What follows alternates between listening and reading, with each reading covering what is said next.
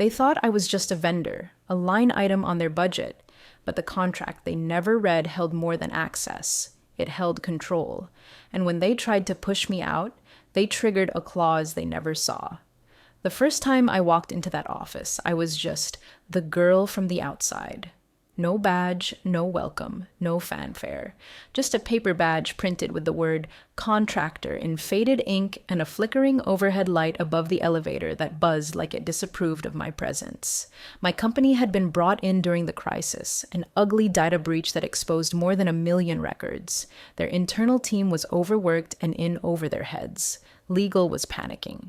The CTO, a tense man with graying temples and a habit of clenching his jaw mid-sentence, barely looked at me when I arrived, but he'd signed off on the contract himself. Desperation will make a person skip the fine print. And in that fine print, tucked neatly under a clause labeled Scope and Continuity of Network Oversight, was my safety net. The license agreement didn't just grant access, it granted ownership of configuration logs, network data structures, and every protocol we installed. Not forever. Not unfairly, but entirely legally. I remember the CTO's assistant rolling her eyes when I asked for access to their core switchboard. "You'll need to wait for internal approval," she said. I didn't flinch. Check clause 4.2.3 of the license. 2 hours later, I was configuring their network backbone, alone, unbothered, and in total silence. But silence in corporate offices is never peace, it's prelude. 2 months in, the tide started shifting. The crisis was mostly cleaned up. The media stopped calling. Investors smiled again. And that's when the vultures circled. A new head of technology arrived, a man with no technical background but an expensive tie and a disdain for contractors. He never looked at me directly. He always addressed the room, not the person. "These vendors bloat the budget," he muttered one morning. "Let's simplify." I wasn't surprised. That kind of man never sees the difference between a plug-in and a pillar. To him, I was overhead. Then came the meeting. Short notice, unplanned, no agenda. I walked in and saw him sitting where the CTO used to sit. "The CTO's on a sabbatical," someone whispered. Convenient. He didn't wait for greetings. "Give us the network and leave," he said. Flat. Final. Without a trace of hesitation. I met his gaze, nodded once. I left my badge on the table. But not my access, not my rights.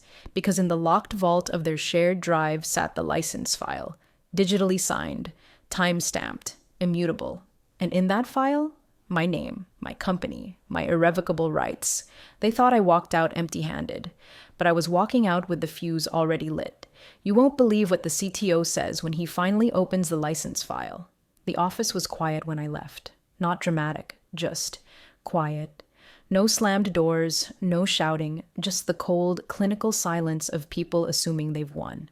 I took the stairs. 7 flights, each step peeling away a layer of tension I didn't know I was carrying. But at the bottom, in the lobby's reflection, I didn't see relief. I saw restraint.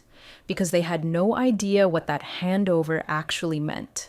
They thought, "Give us the network," meant hand over the keys. But this wasn't a car. It was a system I'd architected from fragments of their chaos. My firm had rewritten their core logic, patched vulnerabilities, deployed real-time threat detection modules. We weren't just consultants. We were co-creators. And co-creators have rights. I got home and poured a glass of wine, not to celebrate, to wait. At 8:13 a.m. the next day, the first email came in. Subject: urgent, internal access failure. The internal team had tried logging into the core management console. Locked. They'd revoked my credentials. But that didn't change the encryption. The network wasn't refusing them. It was following the license. Clause 7.1. All modifications, integrations, and control interfaces remain the intellectual property of the contractor unless formally transferred. The CTO, who I assumed was still on sabbatical, CC'd me on the chain at 9:45 a.m. No message. Just a single attachment. License, agreement, final signed, TDF, no one on the thread dared reply. At 10:07 a.m., the new head scheduled an emergency Zoom. I wasn't invited, but someone on the inside streamed it to me anyway. I watched him sweat, watched him open the file live, watched his face go from confidence to confusion to panic. The CTO's voice broke the tension like a scalpel. She has full rights. Silence, then a whisper. But we fired her. The CTO didn't even flinch. You can't fire what you don't own. That's when the legal department began speaking in half sentences. Phrases like IP breach, contractual oversight, and forced reversal of transition floated into the Zoom air like smoke. Clause 8.2 was the killer. In the event of contract termination without mutual agreement, all operational dependencies default to contractor ownership until a full transfer of rights is executed and compensated.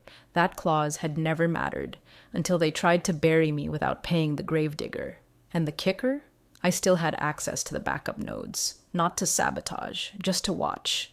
Because the moment they'd tried to cut me out without honor, they'd handed me the remote control. They hadn't fired a contractor. They'd fired their own foundation. Wait until you see who shows up in my inbox right after the panic sets in. If this twist caught you off guard, wait till you see what's coming next. Subscribe now and drop a comment. What would you have done in her place? By noon, the inbox started humming like a live wire. First came the CTO's assistant, polite, unusually so. Hi, just checking if you might still have access to the core diagnostic logs. No urgency. No urgency. Their dashboards were likely frozen. Their internal tools probably returning 403 errors. And now they were remembering who designed the dependencies? I didn't respond. Not out of spite. Out of calculation, because the moment they chose to erase me from the chain of command, they also erased the courtesy of last-minute favors. They had a license file. Let them read it. 2 hours later came legal, less polite. They attached a revised interpretation of the original agreement, suggesting that emergency transfer rights overrode the original IP clauses due to mission-critical service continuity, but the document they referenced wasn't signed. And in contract law, unsigned drafts are as useful as paper planes in a storm. At 3:22 p.m., a new thread opened. Subject: urgent escalation, loss of administrative override. Apparently, someone on their internal team had attempted a deep reset, factory level, but the security shell I had embedded required biometric confirmation from my end for full reboots. It was a clause we'd added to protect them from bad actors. Ironically, now protecting me from them. I could picture them now, surrounded by blinking servers, screens full of terminal errors, a dozen engineers trying to brute force their way through encrypted pathways designed by someone they no longer wanted in the room. Meanwhile, I sat in my kitchen, barefoot, sipping coffee and watching the sun crawl across the tile. Not triumphant, not smug, just aware. Aware that I had played the game the way it was written. Not louder, just smarter. The CTO finally called me directly. I let it ring once before picking up. Did you know they were planning to phase you out this week? They made it fairly obvious. A pause. I didn't approve it, he said, voice tight. I was looped out after your second audit. Then you already know what the contract says. He sighed. I do. And I know what happens if they try to fake an override. They breach the agreement. I finished for him. Another silence. Then, softer. Would you consider returning for transition only? I paused. This was the moment people usually imagine delivering a fiery monologue. But reality doesn't need fire when you already hold the fuse. I'll consider it, I said, once all back payments are cleared and the IP rights clause is reaffirmed, publicly. You're asking for leverage. No, I said, I'm asking for acknowledgement. The call ended. No pleasantries, just the sound of corporate hierarchy unraveling one thread at a time. They hadn't expected resistance. They hadn't expected the contract to fight back. The funny thing about leverage, it only matters when the other side finally realizes they don't have any. By the next morning, the requests had shifted tone. Less, please confirm access. More urgent systems integrity check required. I wasn't answering anymore. Not emails, not calls, not even the message from their head of partnerships offering to smooth over the misunderstanding. Misunderstanding? They'd booted me from my own architecture and assumed I'd quietly disappear into contractor limbo. But code doesn't forget. And contracts? They're like spells, silent until invoked. By noon, a meeting invite arrived from the CTO himself. Title: Transition Strategy Contractor Led. Attendees, CTO, legal, internal security, CEO, the CEO, they were panicking. I joined the Zoom 2 minutes late on purpose. The CTO nodded when I appeared. Thanks for making time. I raised an eyebrow. You brought the CEO. The CEO didn't smile. We were unaware of certain license entitlements at the time of recent decisions. Translation: we screwed up, and now it's public, because the CTO had leaked the license file internally, and someone had posted a screenshot of Clause 8.2 on an internal Slack thread titled, "Well, that backfired." My terms were simple. Full public acknowledgement of my IP rights and role, immediate clearing of all unpaid invoices, a written apology from the executive who ordered my removal, a legal document affirming that no further access would be attempted without my signed consent. Silence. Then the legal rep, tight smile, dead eyes, asked, "Would you be open to a compromise?" I leaned back. "You've already compromised your infrastructure. I'm just asking for what was agreed." The CEO spoke again, this time quieter. "We can't let this escalate." "It already has," I said. "I'm just trying to bring it to a lawful end." They agreed. All of it. Not because they respected me, but because they had no other choice. You can't rebuild what you don't understand. And they didn't understand their own network anymore. I did. We scheduled a formal re-entry session. I'd be given a 2-day slot to document and transition out, on my terms. But here's what they didn't know. The system didn't just run on servers. It ran on trust, logic, redundancy. They could have had all of that if they'd asked, if they'd valued. Now, they were getting the bare minimum. I wasn't there to hurt them. I was just done shielding them from their own arrogance. Sometimes the most powerful move isn't retaliation. It's reclaiming your time, your worth. The day I returned, the office looked exactly the same, but the energy had shifted. People watched me like I was radioactive, not dangerous, not threatening, just too powerful to touch. I walked through security without a badge. The CTO met me downstairs, didn't speak until the elevator doors shut. They're scared you'll lock everything down. I glanced at him. I already could have, but that's not my style. He nodded, a little slower than usual. They don't understand why you didn't. They don't need to. The transition meeting was scheduled for 10 a.m., a glass-walled conference room, same place they'd pushed me out from. Except this time, I wasn't the outsider. I was the one with terms. I opened my laptop, connected to their core diagnostics. The room went quiet when the dashboard loaded. Smooth, intact, operational, like nothing had happened. No sabotage, no missing files, no malicious triggers, just clean systems. "Your redundancies are still holding," I said, "but your logs are 5 days out of sync." A young engineer leaned forward. "We couldn't get in without tripping the security shell." I nodded. "That was by design, to protect you, from yourselves." That landed harder than I expected. Even the CEO flinched. Every move I made over the next hour was deliberate. Each export, each shared credential, each license key traced, confirmed, handed over, with clear disclaimers of origin and ownership. This integration here, I pointed at a subsystem, was built on proprietary logic. You're free to use the output, but the engine stays mine. They didn't argue. They just took notes. Because now, finally, they understood the value of what they'd nearly erased. The CTO lingered after the session. "They'll forget again. Give it 6 months." "Let them," I said. "I won't be around." He hesitated. "You built this thing like you were staying forever." "No," I corrected him. "I built it like it mattered." I unplugged my laptop. No drama, no tears, just closure. In the hallway, one of the junior analysts, the same girl who once ignored my Slack pings, caught up to me. She looked nervous. "I read the license," she blurted out. "The real one, the whole thing." I smiled. "Most people don't. You left protection clauses for the interns." I paused. "You noticed?" She nodded. "Thank you." Not for the access, not for the system, for seeing them when no one else did. It hit me then. I didn't just design a network. I designed boundaries, a system that respected its architecture, something their leadership never did, until it was almost too late. The network was never just wires and logic. It was proof of trust, coded in silence. 2 days later, I received a bouquet of flowers. No note, No card, just white tulips in a glass vase left at the front desk of my building. I knew exactly who sent them. Guilt, when delivered through HR channels, comes wrapped in anonymity. But I wasn't interested in guilt. I was watching something else unfold, something quiet, the internal shift. People from their team started connecting with me on LinkedIn, not the senior execs, the engineers, the analysts, the ones who had quietly downloaded the documentation I left behind and started actually reading it.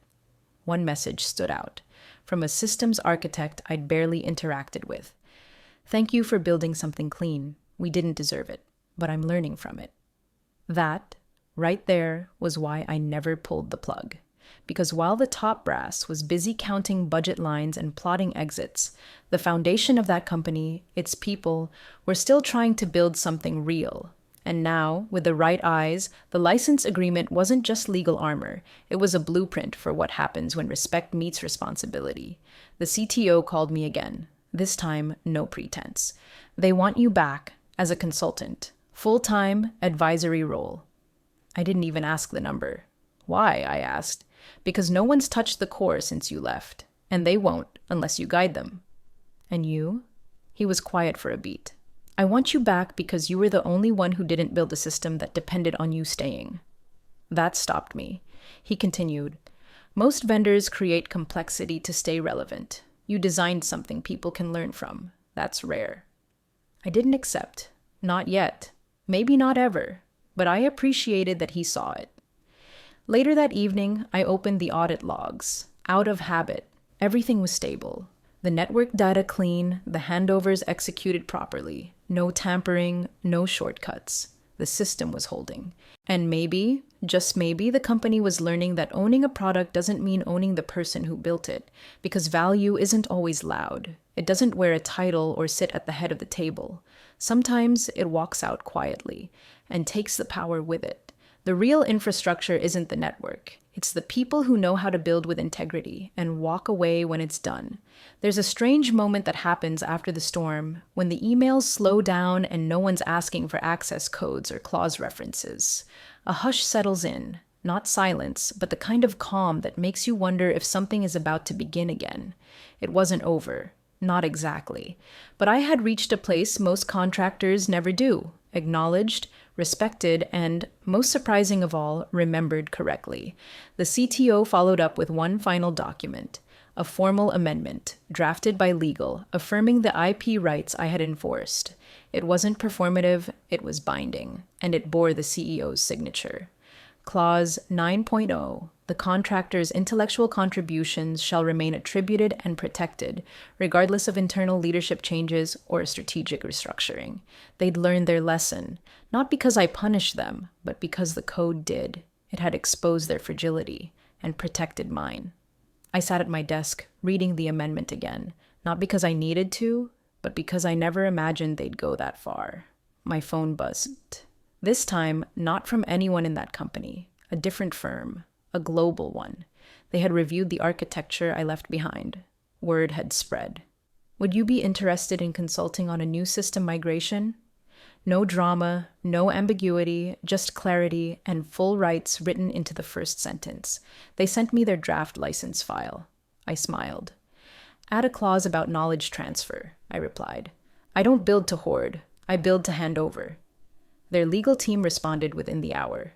Added. I used to think being irreplaceable was the goal. Now I know better. Irreplaceable means trapped, but undeniable. That means free.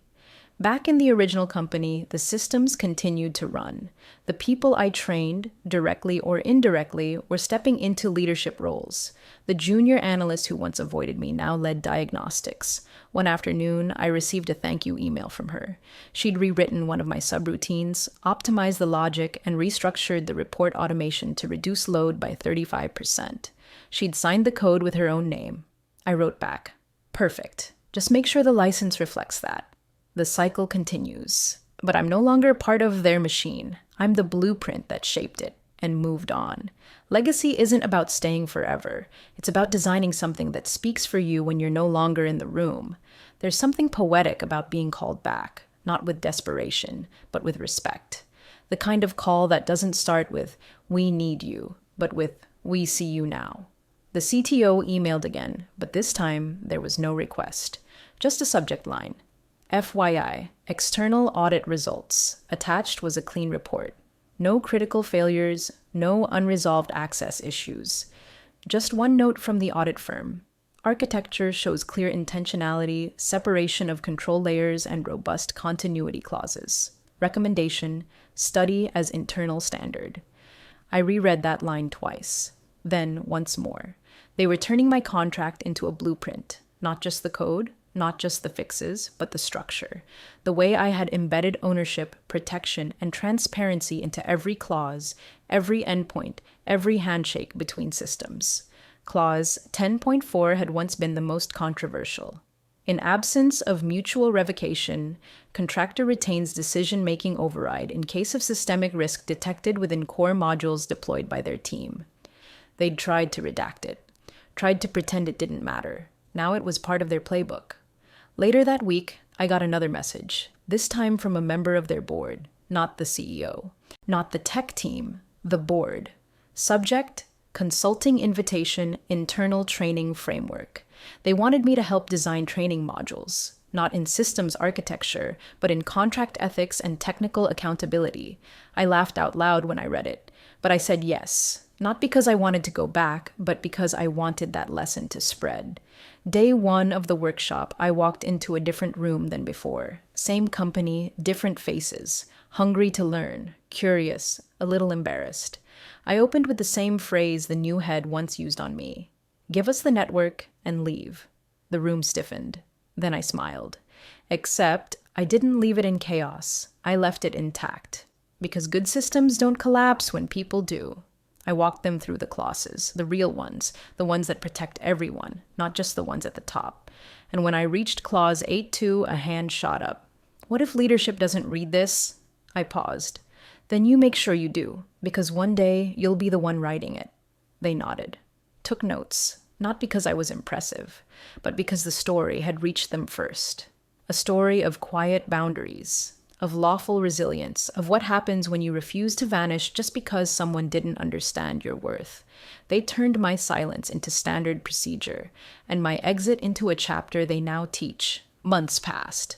The kind of months where the emails slow, the mentions fade, and you start to wonder if the impact was ever real, or just a temporary flare in someone else's firestorm. But then, one afternoon, I got an unexpected notification, a tagged comment on an industry white paper. The title? Licensing Integrity in Decentralized System Development. The byline? Authored by one of the senior engineers I once briefed under fluorescent lights and blank stares. In the footnotes, architectural inspiration and legal framework drawn from transitional IP enforcement methods. See case study, clause 8.2 implementation. I blinked. They hadn't just copied the clause, they'd studied it, understood it, applied it to a new model. That was the moment I realized. I had crossed out of memory and into methodology. And still, the calls came, not from the top anymore, but from those building things, asking how to write contracts that didn't just protect their work, but honored it. One message stood out. A contractor working with a fintech startup. She'd been asked to hand over everything after a leadership change. I asked one question. Did they sign your license agreement? Yes, she replied, but they didn't read it. I sent back 4 words. Closet, then breathe. An hour later, she replied with a screenshot. Board meeting, internal panic, familiar phrases. I almost smiled. I wasn't creating drama. I was creating precedent. At a tech conference, I spoke on a panel, my first public appearance since the contract story leaked. Topic: When the architecture is female, systemic trust, and silent power. The room was full. Not for me, for the idea, for the notion that you can write a contract like a mirror, showing people exactly who they are depending on how they try to break it. After the talk, someone approached me, a soft-spoken man in a charcoal suit. I'm from your former company, he said. I froze. He extended his hand. I wasn't there when it happened, but I read everything. I'm in charge of onboarding now, and we've updated all our agreements. I took his hand. Glad to hear it. He hesitated. There's one thing we couldn't replicate, though. What's that? He smiled. The restraint. That stayed with me. Because power isn't just about what you hold, it's about what you don't use even when you could. I didn't burn the bridge, I paved it and walked away while it still stood. There comes a moment, always quieter than you'd expect, when you realize the story no longer belongs to you. It has moved on, grown legs, entered rooms you've never been in, spoken in board meetings, passed between junior engineers, cited in legal drafts by people who never knew your name. And yet, they quote your clauses, not for credit, for clarity. I was sitting by the window that morning, light spilling across the table, watching network logs refresh out of habit. My system, no longer mine, but still running on the logic I wrote, the structure I left behind. The CTO emailed again, not to request, to inform. They were publishing their internal standards document, Adaptive Licensing and Transitional IP Protocols. A full section was attributed to me, names spelled right, titles included, and one sentence stood alone. This framework exists because one person refused to let her silence be mistaken for surrender. I sat with that for a while. It wasn't revenge, it wasn't vindication, it was architecture. I never wanted recognition from the ones who underestimated me. I wanted systems to remember, even when people forgot. At some point, you stop designing for approval. You start designing for continuity, for the intern who reads the clause and thinks twice before signing it away, for the engineer who says, let's add a layer of protection here, for the contractor who no longer walks into a meeting unsure of her power. They never said thank you, not formally, not publicly, but they enforced the clauses. They respected the handovers. They didn't try to erase the name in the license file anymore. Sometimes that's enough, and sometimes it's everything. I shut the laptop, not with finality, just peace. The code will run, the story will echo, the lesson will spread, quietly, firmly, like good systems do. Because power isn't in noise, it's in the document they never thought you'd read, and the rights you never let them take.